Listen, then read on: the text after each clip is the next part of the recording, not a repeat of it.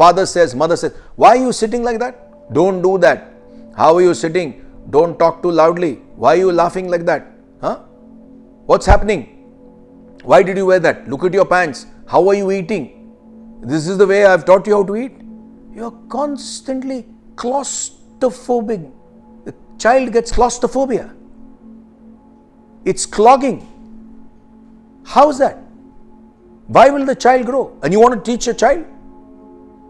The only way to teach your child is to make the child comfortable. It's to make the child come towards you. Give the child space. Allow the child to grow and be available for your child to protect and be available for your child to guide. But you are missing that opportunity as a parent because you are not allowing your child to come towards yourself.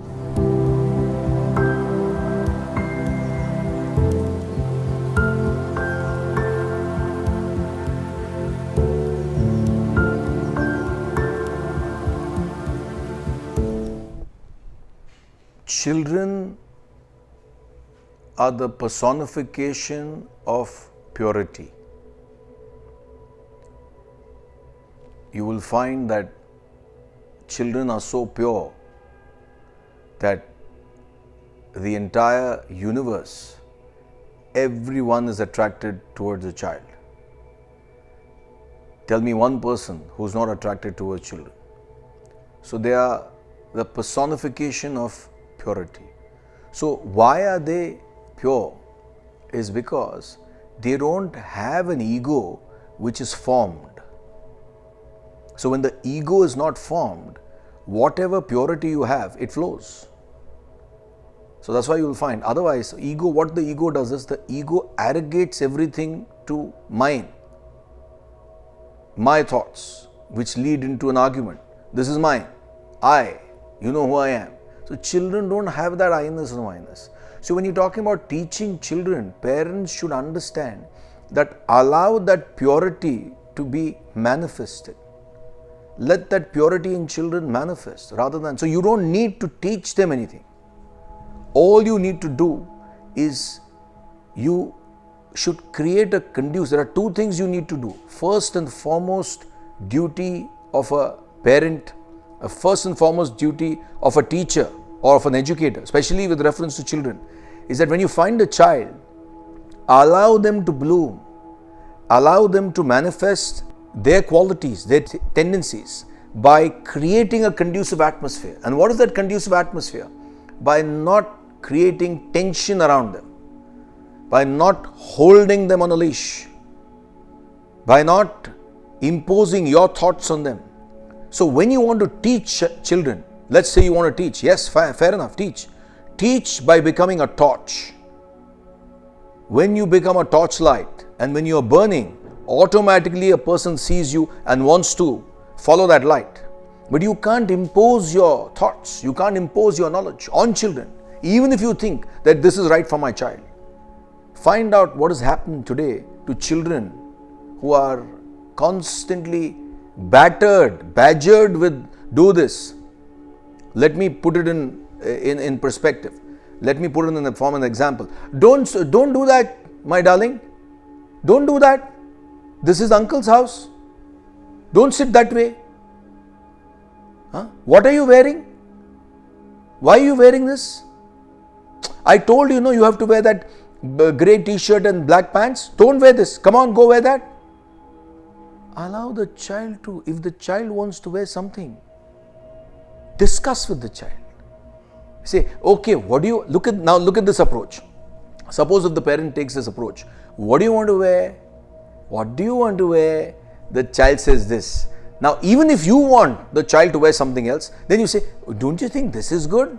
No, the child will, no mom, I want to wear yellow. Oh, yellow. Suppose if you find that dress is not okay for that occasion, there is a way of handling that. Oh, yellow, maybe a dirty fellow, maybe something. You got to try means.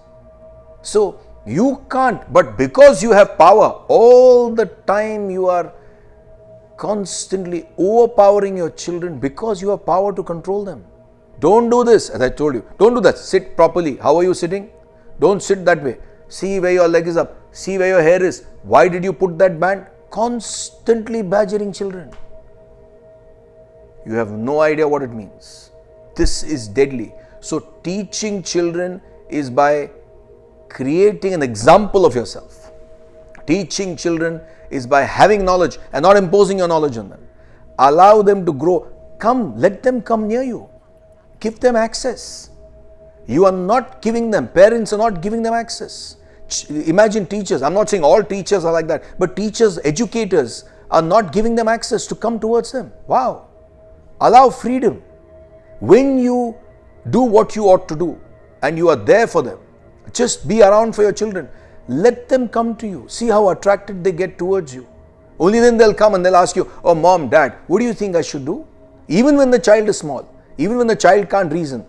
So your duty as a parent, your responsibility as a parent or educator, especially parents, is to only ensure that your child has been protected properly and not allowing your weakness, your temper, your desires, your selfishness, you impose it on children.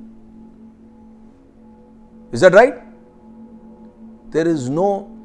In India, there is no emergency calling button. Do you realize a child cannot call any emergency service in India? Because at least up till now nothing has happened.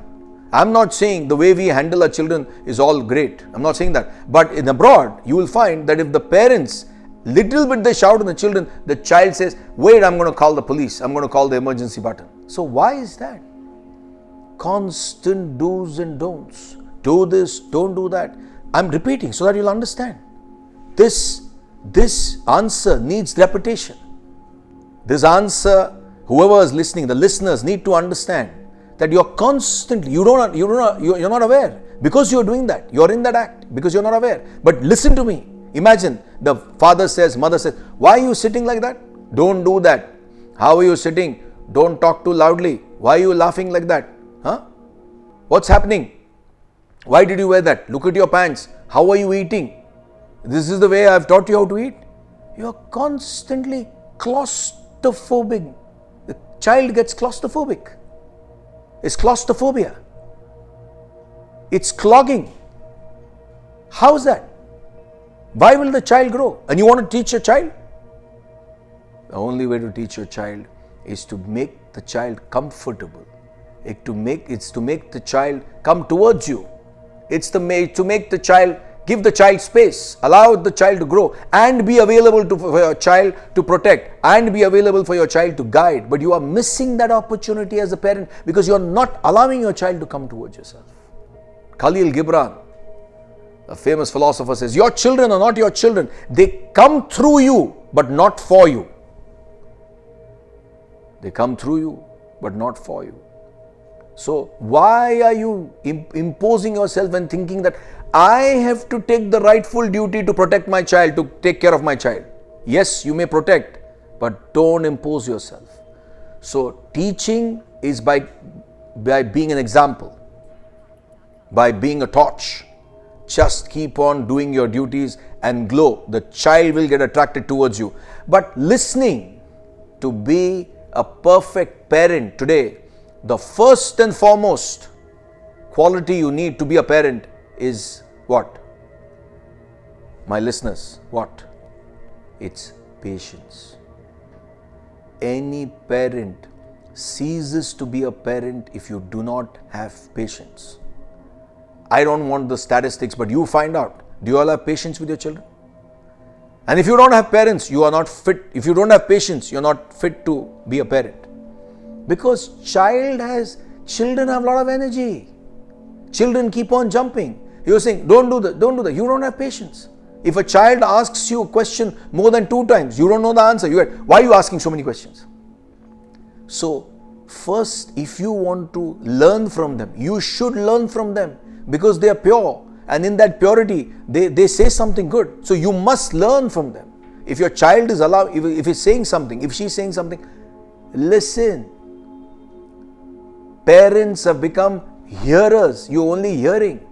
Parents need to convert themselves from hearing to listening. Listening is when you actually falls upon your ears. It creates a reaction between your mind and intellect, and you're actually trying to understand what the child is saying. Even if it's blabbering. If it's blabber, you understand if it's blabber. But children also are wise. They say something. So you must listen. You must have the patience. And the only way you can listen to, yes, you should listen to your children, is to have that foremost quality, that important quality of being patient and listening. So then you can create a harmonious relationship between yourself and your child, between the teacher and the taught, between the educator and the educated. That is it.